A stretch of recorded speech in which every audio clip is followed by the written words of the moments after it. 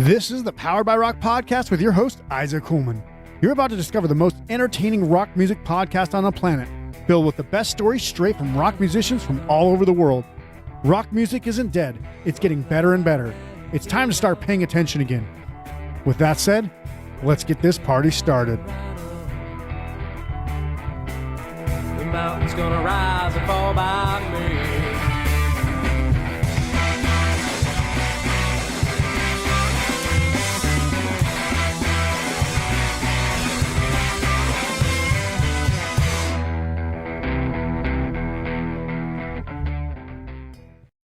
Hello and welcome to the Powered by Rock podcast, where I'm going to be speaking with the Vegas alternative rock band Detective Frog today. These guys have just released their debut album called Volume 1, which is an 8-song ripper that is heavily focused on monster movie characters, but the music is a pumping energy force that pumps speakers and sound waves directly into your soul. The one thing I was most impressed about Detective Frog was when I was fortunate enough to organize a show that they played on, was that they were like a lightning bolt of loudness and macabre. So it basically kept me listening to more and more things out of sheer awe, whether it was the dual vocals, the compositions of thundering beats, and the more you listen, the better their music gets.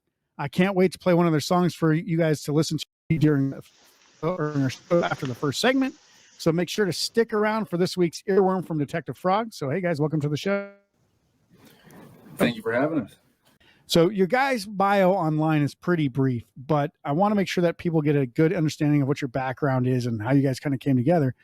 So I'm just going to ask, like, from what I've ascertained, you guys kind of sort of met by chance here in Las Vegas and started jamming together. But what's the full story there?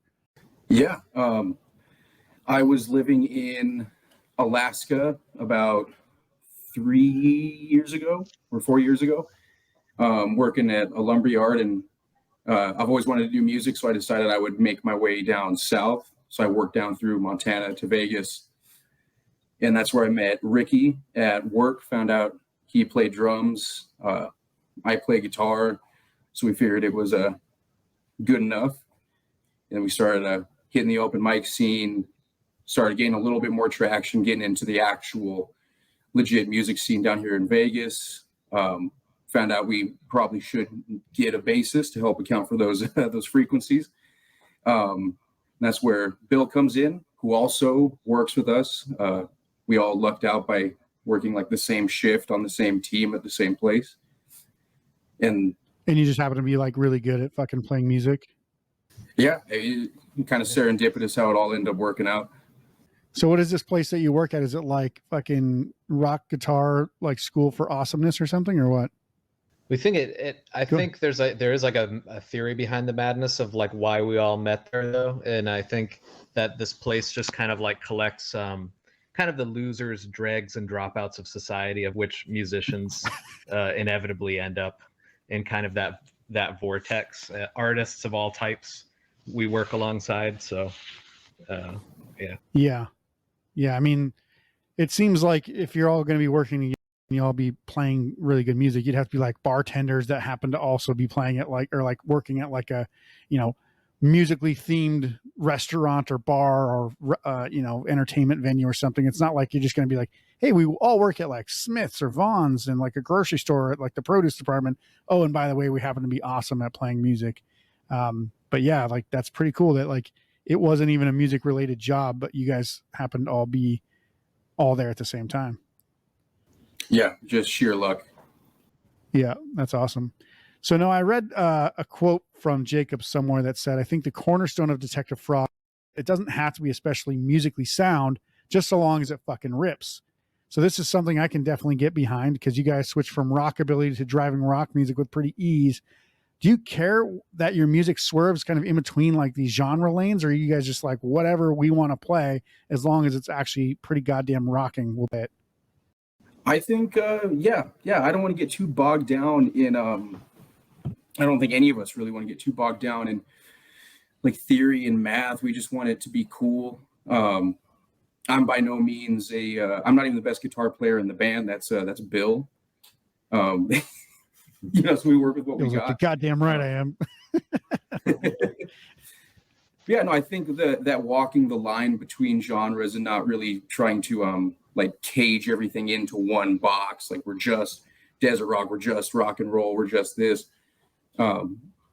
it kind of helps to not think of it in a way that's restraining in that sense. So then you can just kind of focus on what you think sounds cool. Yeah.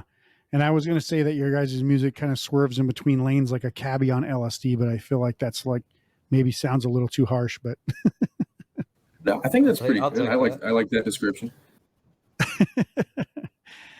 Now, I think you guys have actually mentioned, so for people who haven't heard your music before, I think there's been some mentions of like the Misfits, Queens of the Stone Age, some other bands in there as well that you guys kind of tend to draw influence from, or at least kind of trying to generate a sound that's kind of in that same vein. But, you know, obviously when I listen to Queens of the Stone Age and I hear Josh Homme or Homme or Homie or however he pronounces his last name, I'm always thinking in my head, like he sings like I'm in a haunted house, right? Like I feel like he's like trying to spook you somehow. So like, I'm glad that like, I'm not the only one that thinks like that, because I feel like you guys are kind of picking up on that and turning it into kind of a genre that like you guys' music kind of fits into as well. But was there any like particular subgenre or subject matter of like the monster movies that appealed to you that made you want to make this music? I think just like the inherent like thematics associated with everything's so big, everything's so bold, right? There's not, I don't know, it's just a really good storytelling device. I think Ricky might actually be able to speak a little bit more to that. He kind of takes a lot of the lion's share of lyrics. Yeah, sure. I think like the movie monsters are like a cool tool to kind of write stories that are like well known, or use characters that are well known that have like really well defined themes that we can write about. A lot of our stuff is like persona style, so like the songs are from the perspective of a particular character, and it's just helped us like get into it, like who's telling the story, and you can kind of like jump right in and tell the story about the Invisible Man, for example, but it's like also about like the themes of invisibility, like not being seen and stuff like that. So yeah, I think that's one thing that's kind of interesting about the concepts is you're not retelling the story of the movie. You're kind of telling, if like this person had like this character had its own song as that character, thinking the thoughts that character had. So you're kind of jumping into that skin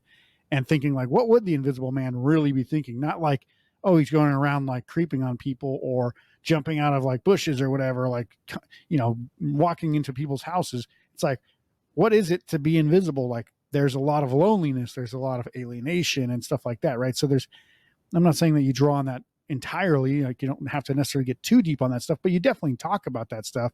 So I think there's a lot of things that in the characters that you guys are obviously talking about that is also human, right? It's not just a character in a movie. Right. It is. And I think that we could all agree that all of us are pretty dumb. And it also helps us create kind of like a layer of obfuscation between what we're writing and then the product that we're producing. Yeah. See, Ricky's like, yeah, I'm so dumb, but then I use the word obfuscation in in conversation. People are like, what the fuck is obfuscation mean? But yeah. It's funny that you mentioned like the Josh Homme or like the influence of Queens of the Stone Age. And I definitely think that comes through, especially from my perspective as a drummer. Like they kind of came up with the concept or like the term robot rock, where they're using like dance and electronic influences to make like repetitive drum beats. And like that driving tone you mentioned earlier, that's definitely like an influence that I feel like comes like secondhand from Queens of the Stone Age, kind of directly that subgenre. That whole desert rock scene with like Caius and was a Brant Bjork, like all of those guys out from like Joshua Tree. Yeah. I mean, that's one of the things when I listen to you guys' music is it doesn't stop pumping, right? It's just like nonstop moving forward. Whereas like a lot of people, I mean, you'll take breaks and do solos and stuff like that, but like it always feels like it's building, like the whole song is just building to something. And you're just like, holy shit, this is like awesome. Like you can feel that energy. Some people will go up and down or start slow or, you know, do like a soliloquy where they're just like singing something by themselves or whatever. And then you guys are just like, now we're just going to like make fucking loud rocking music, which I always appreciate that because that's always my favorite kind of music. Like when I talk about bands like Death by Unga Bunga, which are from a band from Norway who are fucking awesome, and Psychedelic Porn Crumpets, like you guys, the Hives, Pure Sport, another band from Las Vegas who does it the same, like just making these fucking rocking fucking albums that just don't stop. And I think when you listen to these types of albums on like Spotify, if you don't have it cranked like well up, you're missing out because it's like, oh, like I don't really get how this is supposed to sound unless you're playing it really loud. So if you ever listen to Detective Frog in your home or in your car, make sure it's up really fucking loud because that's how it's supposed to be listened to. You got to crank it up. We specifically asked Cody to crank the masters before we put them out there. Just a little extra juice. Everything's super compressed, Cody, but it's fine. We just want it to be loud as fuck, right? Absolutely.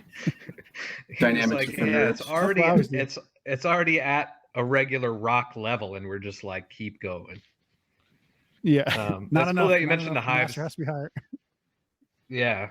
Yeah. Go ahead. It's cool that you mentioned the Hives because that's like one of my top 5 influences, but like just also bands of all time in terms of like my favorite music. Like I fucking love the Hives. That new album by the Hives is fucking incredible too. Just keep listening to it. Oh yeah. Yeah, what was the first single? Bogus Operandi? Was that the first one off of? Yeah. Oh, that shit fucking rocks. Yeah, I really like Countdown to Shutdown too, but we'll talk about the Hives in person. We don't have to spend all of our time talking to you about the Hives. So let's talk more about obviously some of the stuff that you guys got going on, because one thing I think is really cool is not just the music that you make, but the artwork that you have for your singles. Like it's done really well. Like you're obviously depicting characters a lot of time from these movies, but who's doing the artwork for this? Because you got like Dracula, Mummy, Invisible Man, The Blob, and other things like that. So like, how are you getting this artwork done? Are you guys doing it yourself?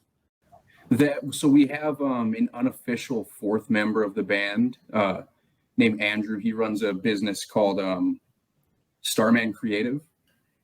And so he kind of fills a lot of those like managerial roles for us. And then also just all of like our content, our video, our images also go through him because everyone in Detective Frog's a bit of a Luddite when it comes to just any sort of technology and social media. So you guys are so dumb that you use nice vocabulary. We all work in tech, but I can't operate a computer to save my fucking life. So Andrew, he's a Photoshop wizard. He can just generate all this stuff, and I'll give him just weird lines of like Dracula sunglasses, right? And he just makes it, and we love it. I was gonna say, if we were actually pay somebody for the work that he does for us, we would have been broke a long time ago. Yeah. Yeah, I will say he's kind of like the Chat GPT content creator, but as a human, right? He's, instead of AI, you're like, just type in like some random text and be like, generate this content. And he's like, actually does it as a human. Oh, I'll send him weird shit and he'll make something out of it. So some pictures for reference. Yeah. So when I listen to you guys' music, there's we talked about this, like Queens of the Stone Age, but then there's another artist. I don't know if you guys are familiar with Andrew WK or not, but that's kind of like who I kind of immediately associate with like you guys is like this big presence of both like your stage presence, like all 3 of you guys have. Like Andrew WK plays like all the instruments during his shows, right? But like it's like if he was cloned himself 3 times or whatever and could play all of them at the same time. That's kind of what I get with your guys' performance, because you guys all have like very good stage presence, but also loud as fuck and to rock hard. So like when I watch, I'm just like, it's quite tough to match Andrew WK's energy because that guy is a fucking human firecracker. But you guys do a pretty good job. Obviously, you have to stay kind of a lot stiller because you're standing in front of a microphone and a drum kit and stuff like that, so you can't run around. But I think you guys do a pretty good job. And another band that you kind of remind me of is, it's an 70s, 80s band called Mountain. I don't know if you know who that is, but they famously sing the song Mississippi Queen. Yeah, Leslie West. If you've ever heard the song. Yeah, Leslie West. Exactly right. So like, they got the slathering guitars and powerful vocals, and just like from what I remember of Mountain, it was like that guy wasn't even a singer, but they were just like, you've got stage presence, so just go up there and sing. And he was like, all right, I'll fucking go out there and sing. And then it was like that's downhill from there. But are there any other like musical influences? Like obviously I'm throwing a bunch of just random shit that I feel from you guys onto you, but were there other things that you guys like grew up that may not be like a direct sound influence, but like that kind of influenced your play that got you to this style? For me personally, it's a lot of like Parliament, all that old funk or like Funkadelic. Sure. I'm a big funk guy, and who's like ABBA always, ABBA Beach, any of that like early '70s disco, funky stuff. I know both of these guys have much different kind of musical upbringings. What's it, Bill? Here, you're a prog guy, yeah? Oh yeah, I love Tesseract. Like the bassist from Tesseract, Amos Williams, my inspiration for tone, like killer. Just how tight everything is. Nice. Yeah. Yeah. There's always like a handful of bassists. Any bass player will be like, these are like my top 5. And like everybody else, I don't really even follow. Cause it's like, I only focus on these guys cause they're so fucking good. And then what about you, Ricky? Yeah, I think Can you hear me? yeah. I think for me it's a lot of lo-fi stuff like indie rock and like one of my favorite albums of all time is B1000 by Guided by Voices. I saw Guided by Voices live and it like changed my fucking life. It's one of the greatest bands of all time. Nice. And I'll throw like, because I'm a little bit older than the other two guys, so I think like I went through like high school during like the garage rock revival and stuff. So like we mentioned the Hives and all that, but like, you know, Meg White just squeezing water from a stone out of like simplistic rhythms and making a big loud sound and stuff like that, and a lot of lo-fi kind of like indie artists as well. Those are kind of my influences. Yeah. And there's a lot of a lot of here, like even like, I don't know if you guys are familiar with like CKY, but like when I think of lo-fi bands in that garage rock revival area, I think CKY fits pretty well in there. And I think there's some influences for sure with that kind of a sound. I think our main goal is just try to surprise people with the amount of sound that we can make for just 3 dudes. And that's kind of where we go back to like White Stripes and Death from Above, like those duos or Rush, like any like 2 duo or 3-piece, just making an incredible amount of sound. We're really trying to tap into that. Yeah. But being a band from Vegas, obviously now, you're not originally all from here, but being from here, what's your take on the local scene and how are you guys getting along with the other bands and promoters? Are you causing a fight at every place that you're playing because you're too good, or what's the deal there? No, the all the promoters and all the bands that we've worked with have been super cool. I think the hardest part was initially getting into the scene. It is I think fairly gatekept, but I mean, I understand, like no one knows, or no one knew who we were. So they have no reason really to trust us.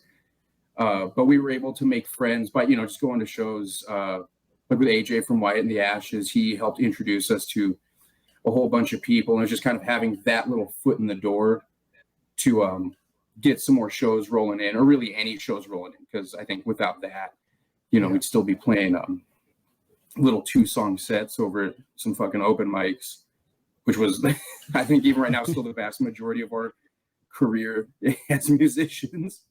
Yeah, obviously I put you guys on a show that had Wyatt and the Ashes and then a duo set from Sprockets, which was a lot of fun. We did that at the Red Dwarf, but like, I all the bands killed it, but like having not seen you guys play, like it was just a conversation you and I had. You were like, hey, if you do any more shows, which I don't really do shows. It was just like, I was supposed to do another show with another band. They fell through.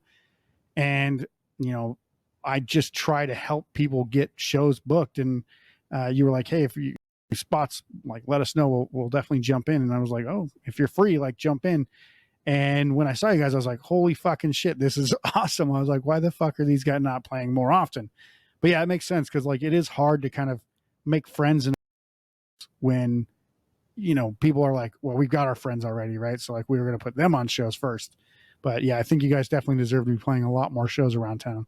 Yeah. I mean, we look forward to getting further into the scene. There's definitely Yeah. No, you're good. Like a big list of bands, like local bands that we'd love to play with. Obviously, I don't want to call anybody out or say any names, but we all know who like the popular bands are. We'd fucking love to play with them. Most, if not all of them, we haven't really, been on those bills yet. But those are definitely like goals for us.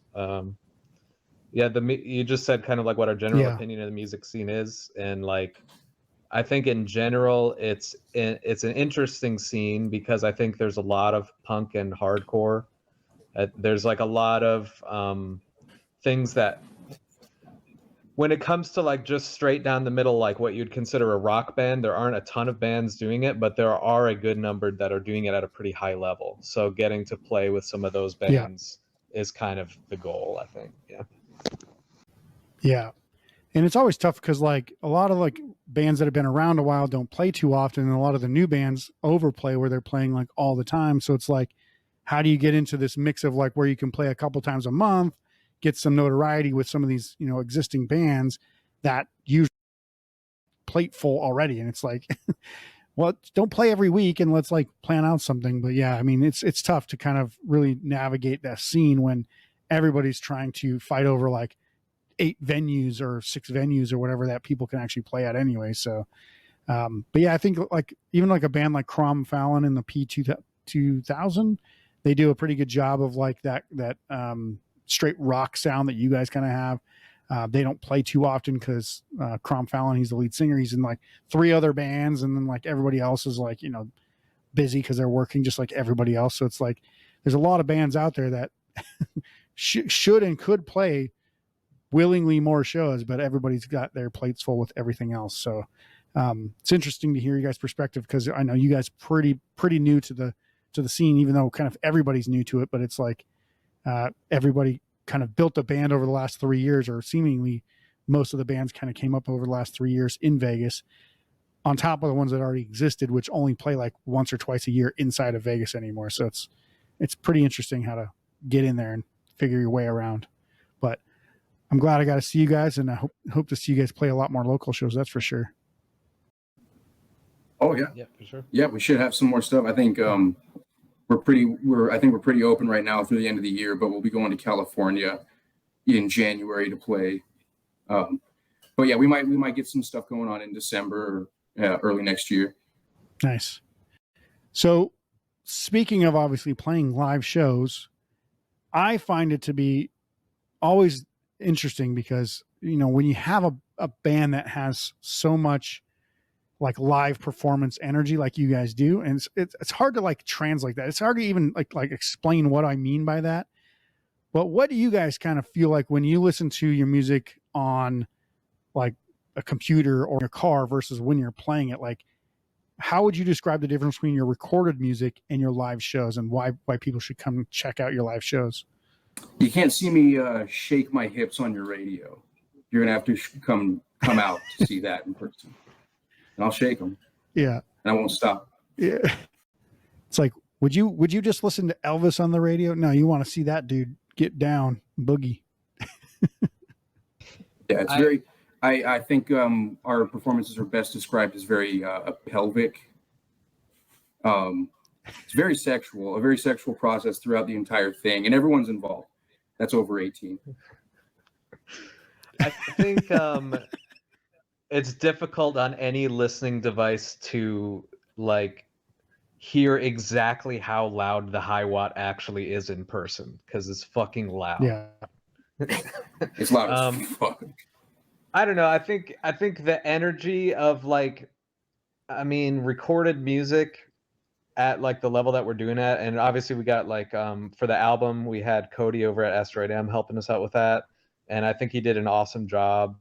Can't say enough good things about that experience with him, but there is something different about the live music. Like I wish there was some way that you could just capture an experience and like put that to an album, but like there's always changes and things.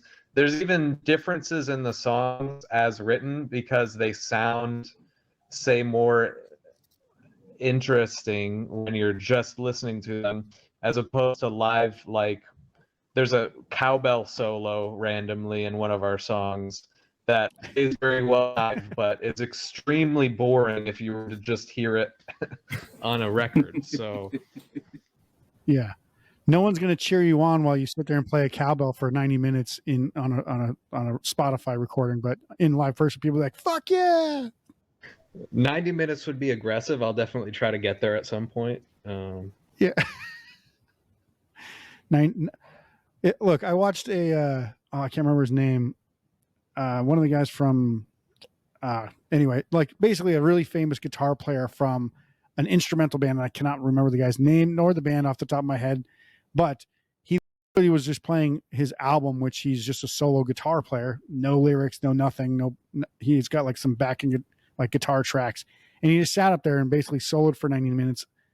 And I was like, first of all, he was the opener for a 3-band set, and he played for like an hour or 90 minutes. And I was like, what the fuck is happening right now? It's like, I was bored of this after like 10 minutes. Like, can you stop now? Like, what are you doing? Like, so I just got drunk and was like, I have no idea what's happening. I'm just going to sit here and just pretend that like this is all interesting to me. And I love guitar, and I play guitar, and I love watching good people play it. There comes a point where it gets redundant, and it's just like, holy fuck. How many times can you play the same scale? How many times can you do the same trick? I don't care anymore, man. Just like do something else for a second. You got to get the touching yourself done like before you get on stage, not just out there in front of everybody. Yeah. Yeah. Well, I want to obviously have people be able to listen to some of your music. So I would like to take a quick break.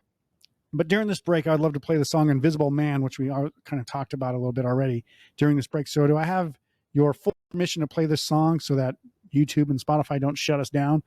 And obviously so fans can hear a little bit of your music. Perfect. We'll take a quick break. So here's the new song from Detective Frog called Invisible Man. And we'll be back right after this to bring the guys into the spotlight with some hot seat questions. That should be a lot of fun. We'll see you right after this.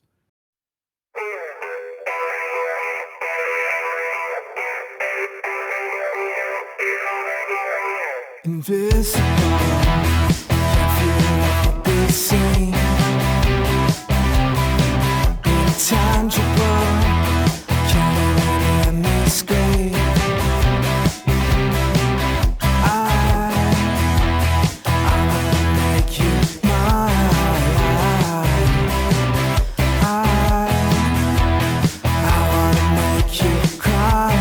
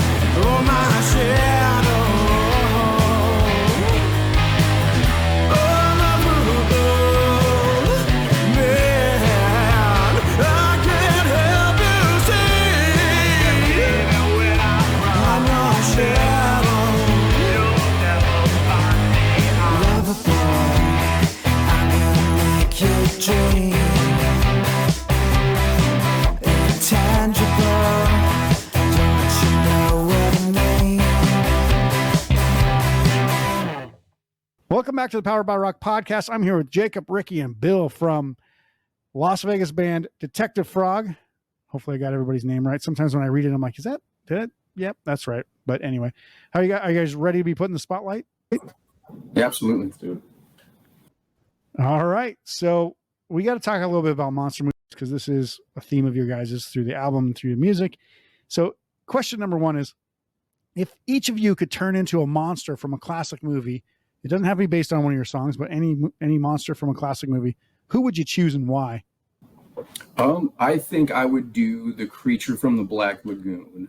I went to school for marine mammalogy, so I really like underwater stuff, and I think it'd be cool to be a fish monster, grabbing babes that are going swimming. I think that's the plot of that movie, is an evil marine biologist. But no, that's Nice. that would be me. Shoot, maybe a vampire. I'm a huge Twilight fan. Team Edward. Fuck off. No, vampires are cool. They're scary. I like the fangs. Goth girls love fangs. You live for eternity, so you got something going for you. What about you, Ricky? Based on that answer, I got to go werewolf right away. Primarily because it's almost as cool as a vampire, except that you don't have to suck on anybody's neck, which is kind of weird. You could just eat them. Yeah, right? Are you talking what brand of werewolf are you talking? Are you talking like Twilight werewolf, where you're just a big wolf? Or are you talking like full moon? What's the Larry Talbot? I'm thinking like American Werewolf in Paris, kind of like I do like a really grotesque transformation into like a big kind of wolf creature. Yeah. Okay. Nice. All right. So let's talk about a different topic. Still monster related in some way, but number 2 is, which disgusting source of food would you rather be subject to digest? Blood like a vampire or brains like a zombie? Brains. Easy. I think there's more protein in the brain, so okay. Yeah. I feel like he's like Yeah. I don't know, if you just drink all your food, like I don't know, you got to choose something. Do you get to drink? Can you, as a zombie, can I drink water as well, or is it just brains? Do I get my water from brains? Sure. I mean, you can drink. This is obviously food, but yeah, you could drink water. But that's zombies are known for obviously eating brains, right? Yeah, brains for me. Yeah, I think that's three brains across the board. Nice. So you guys are more meat eaters than I guess you can't call it vegan because it's still blood, but you're definitely more meat eaters than non-meat eaters. Yeah, it's I don't even like wine. Drinking something that's viscous. It's like a melted smoothie. No, it's like a texture. And it's thing. Warm. It's like hotter than room temperature. Oh yeah. Yeah. Well, the Mongolians did a lot weird. of drinking of horse blood, and I think that's pretty badass. Yeah, that was for sustenance because they had to like go across like giant plains for like days and weeks and stuff, and they couldn't carry stuff with them because they're a nomadic lifestyle. Come on now, we know all about Genghis Khan. Let's go. I think right, because they would just like drink it so they could go longer distances, but then the horse didn't have to die. Where if you ate the horse's brains, you're just out of horse now. Okay. Yeah, exactly. And then in that scenario, I choose blood. If I were Mongolian back in the day, I'd choose blood. But right now, I choose brains. Yeah. Nice. All right. Question number 3. What is a more rational fear? Humanity being enslaved by artificial intelligence or aliens? I think artificial intelligence. Okay. So you think computers are becoming sentient and that they're going to take over? Yeah. We're big fans of like old sci-fi. So like, was it Isaac Asimov? He talks a lot about it's very existential, right? That once you make a computer that can like learn at the rate of a human, it would just be kind of exponential to where we just wouldn't be able to even comprehend what it was doing or how it was doing it. I think I had this conversation with Ricky on a car ride once, road trip. Yeah, no, it's just at work. This has been like an obsession of mine of like the AI takeover for like decades. I mean, when I was like in high school, I read Ray Kurzweil's The Singularity is Near, and that just blew my brain outside of my skull. And so I've been fully expecting some kind of AI takeover since like 2005. Yeah. Yeah. I mean, obviously AI has been, I remember watching the first Terminator movie and being like, well, this is a possibility for sure. And then when The Matrix came out, I was like, yeah, I think it's already happened. Or you get these moments where you're like, something in your life is like, nah, we're definitely a fucking simulation right now, and something else is controlling us. But obviously alien movies and alien subject matter has been around for years, but it's usually the things that are closer to home that you should be more worried about than the things that are farther away. So I think you're right that that humanity should fear more rationally artificial intelligence than aliens. Yeah. Yeah, just you said aliens would be homies. Oh yeah, 100%. The little grays, have you seen them? I heard the Greys were the a-holes. No, that's the mantis, dude. You think I always think that, like, I think if aliens did come here, they'd be like, you guys got like good food and like good drugs. Why don't we share? Yeah. And I don't even know like if we have anything really that aliens would want. Or maybe we do. I don't know. What was that? There's like a Zachariah Sitchin book where it was like they need gold to maintain their atmosphere. Yeah, was it 10th planet, 11th planet? It's some Zachariah Sitchin book. But yeah, the whole thing is that we're made from alien DNA to mine gold, so that way they can just kind of come back and take it all, use it for their atmosphere. Sure. That could be the case. Sounds like some Scientology stuff too. Oh, hell yeah. I'm trying to get in the church. I'm trying to convert all the You'd way be so to much more Scientology. successful if you were. That's what I'm saying. Tom Cruise, John Travolta. I went to LA for like 4 hours last year, and I went like to Amoeba Records and then the Church of Scientology, and I was yelling for Tom, but he didn't come out. Yeah, so I figured if maybe they let me in, then I might get to meet him. Yeah. All right, let's talk about some musically related questions. So, question number 4 is if you could if you had to choose just 3 albums of all time to listen to for an entire year, and you had to like do it, what would be those 3 albums that you would choose?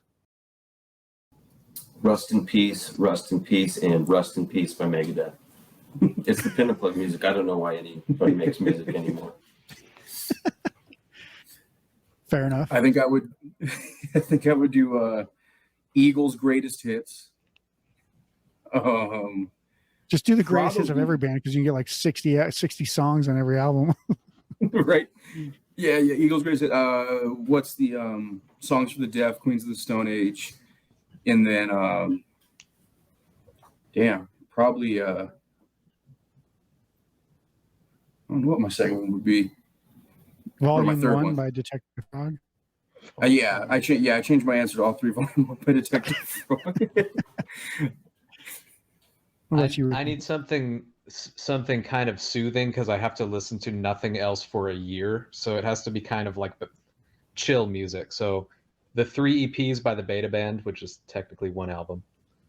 Then Uncle Jazz by Men I Trust, very relaxing, kind of jazzy. And then I don't know, Kid Rock, Bowie. self-titled. Hunky Dory, Bowie. Okay. All right. Very eclectic groups of different kinds of music there, from Megadeth to the Eagles to David Bowie. I like it. All right. Now this one is a little bit in that same vein, but I ask this to everyone that comes on the show that's a musician these days. But what 4 musicians would you put on your personal Mount Rushmore for either being influential or being one of your favorites? So they don't have to be the same instrument. They don't have to be in a band together or anything like that. Just 4 musicians that you would put on your Mount Rushmore for your favorite, or who's most influential to you. Shit. Jeff Lynne, definitely, from Electric Light Orchestra. Okay. ELO fucking rocks. And then Jeff Lynne also wrote like a handful of Tom Petty's greatest hits. Nice. Then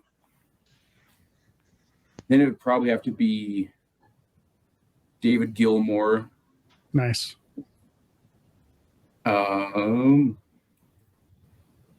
Fuck, that's a hard one. You'd be surprised at how often this question stumps everybody. Like, I've never even thought of what 4 musicians I really admire. So y'all want to go while I figure out my other 2? Yeah, let's get a couple more. What about you, Bill?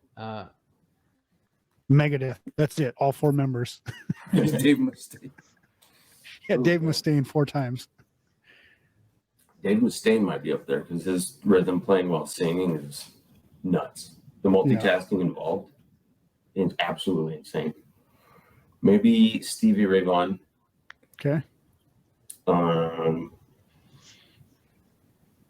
Matt Halpern from Periphery. I like his drumming a lot.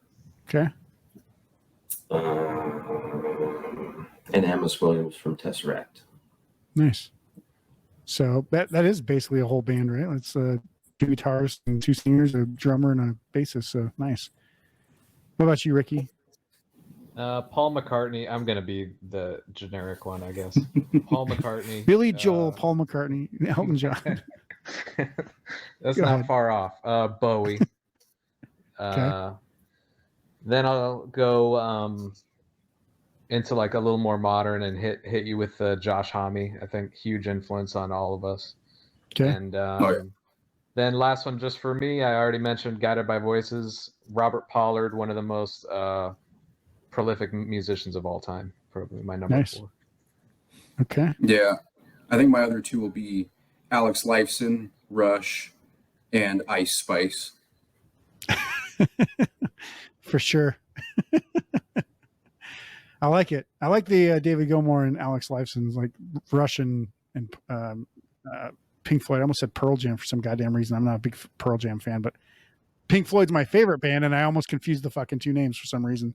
But yeah, David Gilmour still to me is the best, like for sound wise, best guitarist of all time. Because like every time you listen to that dude play guitar, it feels like he's performing guitar, right? He's just like playing scales and doing tricks and techniques. It's like what he's playing is definitely like Stevie Ray Vaughan's a similar situation where you can feel that guy playing the way that he's playing. Like it's not like, hey, just look at me do a bunch of trills. Like for what Eddie Van Halen does, it's great. Or what he did, it was great. But it was a lot of tricks, right? It's like, here's just me playing super fucking fast. You're like, that's amazing, but I don't feel the soul coming in. It's almost like watching a robot play guitar at sometimes. So yeah. So very good Mount Rushmores from each of you. And congratulations for not having like, one band, Megadeth or all the same answers. So yeah, but that's the spotlight. The spotlight's off. Obviously we'll come back in just a few moments to kind of finish up this episode with some more exciting news about what Detective Frog may have coming up in the near future, and we'll be back right after this. Running your own music career is incredibly difficult.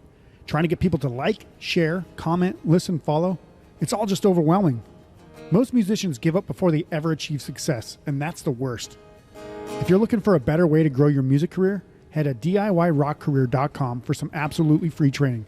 It costs you nothing, and it could be the difference between hitting your goals and quitting your dream. Go to DIYrockcareer.com today by clicking the link below this episode. Then I lost my way. Welcome back to the Power by Rock podcast. So let's talk about what Detective Frog has coming up in the next few months, in the near future, and obviously the fact that you guys just released your new album, Volume 1, which is your debut LP. So hit us with it. Like, what do you guys got going on, and what should people like know about what Detective Frog is about right now? Yeah. Volume 1 just dropped on this Halloween. We went and had an album release party up in Montana at the Kellergeist. Excellent show. We should have some footage from that coming up in the near future.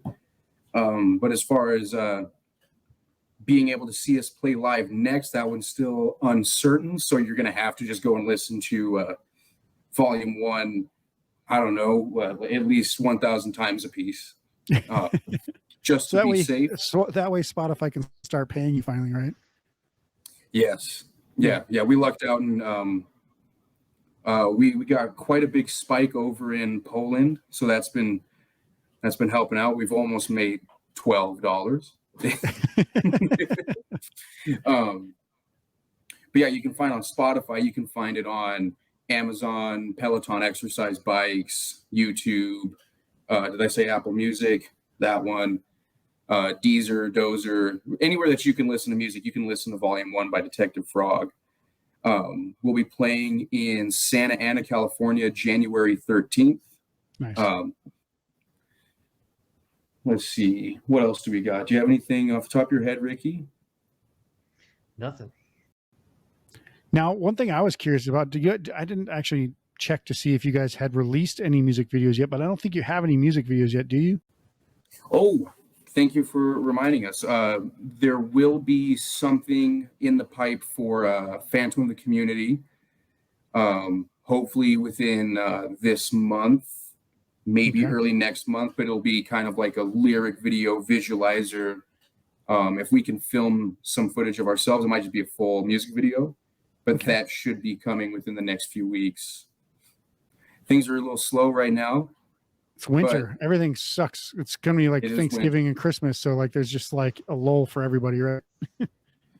Give your family this holiday season, you know, everyone's at dinner eating Thanksgiving turkey. Go ahead and just activate the Alexa and demand that it plays Volume 1 by Detective Frog.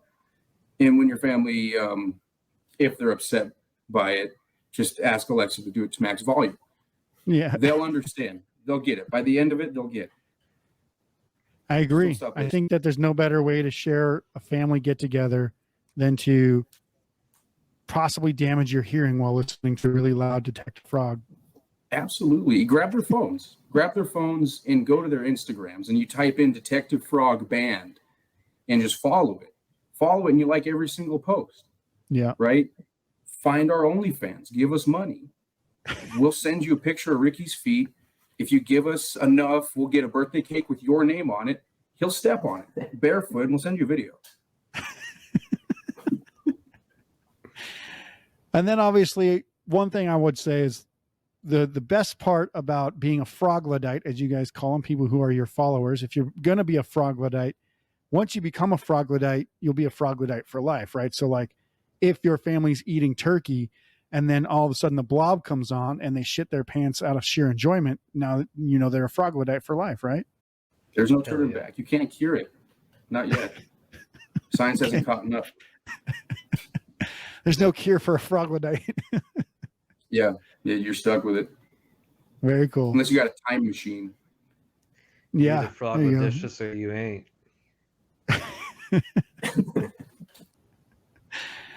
So I guess what I should have asked you in the previous thing is what should humanity be more concerned about, is artificial intelligence enslavement or becoming froglodytes? And I think we all know the answer to that question. Big time. Oh yeah. Still robot stuff. It scares the shit out of me. All right. So I'll add some links, obviously, to the music and to your social media in the notes below this episode. So if you are interested, curious, want to learn more about Detective Frog, go to the show notes, click on those, go check them out whenever they play. Obviously, you'll find more about that later through social media, through, you know, reels and all that good stuff that they post about. But follow them so that way you can find out where they'll play next. And obviously, you know, become a froglodyte yourself so that way you can shit your pants out of sheer enjoyment like I did the first time I listened to them. Now, the last question before we sign off today is, from each one of you, I would like to have one new music recommendation, either a band, a single artist, or like a song, or an album. What new music would each one of you guys recommend? Just give me one each. I'll say Our Raw Heart by Yob. Y-O-B is the band. The album is Our Raw Heart. Okay. I haven't heard that one. What kind of music is it? That's a doom metal. Okay. Makes sense now that you say Our Raw Heart and it's doom metal. Yeah, that makes sense. I'll say Megadeth hasn't released anything this year, so. By Darko. What was that? Praise the Sun by Darko. Raise the Sun by Darko? Praise the Sun. Praise the Sun. Okay. Gotcha. Ricky?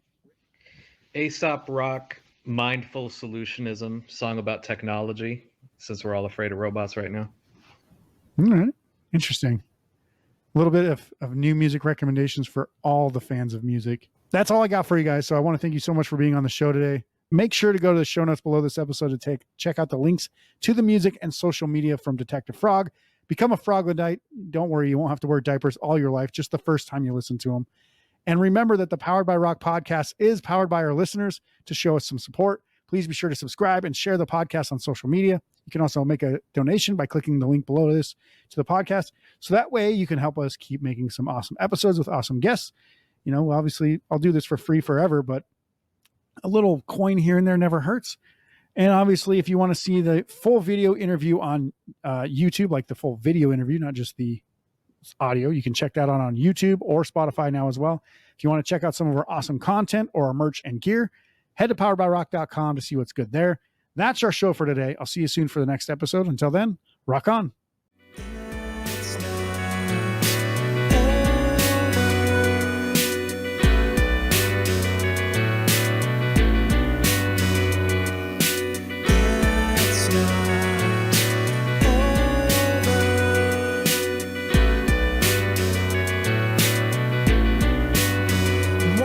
Supposed to be easy.